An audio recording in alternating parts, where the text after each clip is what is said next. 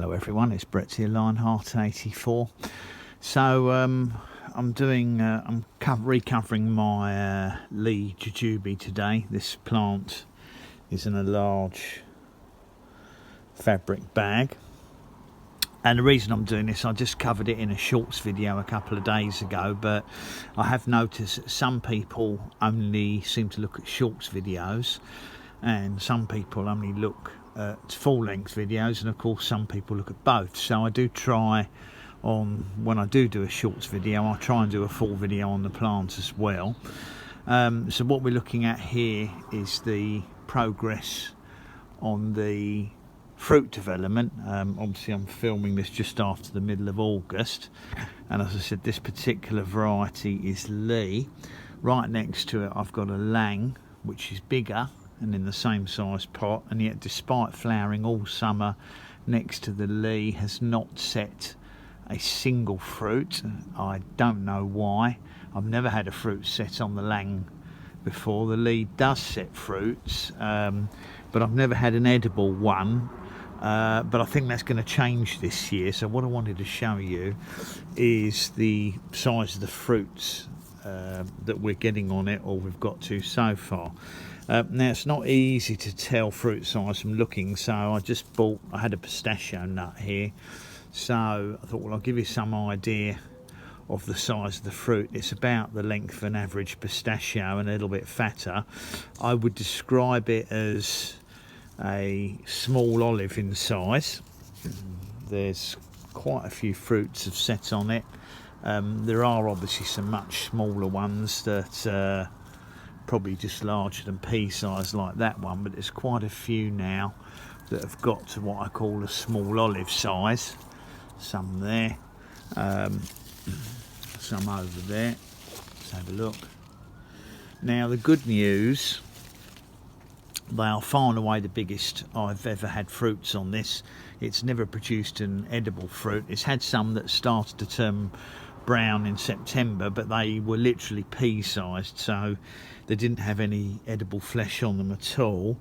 But this is the largest it's had so far. There's a slight blush actually on that fruit, but I don't think that's ripening. I think that's caused by the sunshine we've had, slight discoloration on them. But I'm hoping that these aren't going to try and ripen prematurely, because what I'm thinking is, as we're just after the middle of August, there should be 4 to 6 weeks of reasonable growing season left on these, provided the tree doesn't decide to go into dormancy early. So obviously I'm making sure that I keep it watered in dry spells, because I don't want to get it to get any shock from a sudden shortage of water, and also want to make sure that these fruits do keep swelling while we're in the main growing season.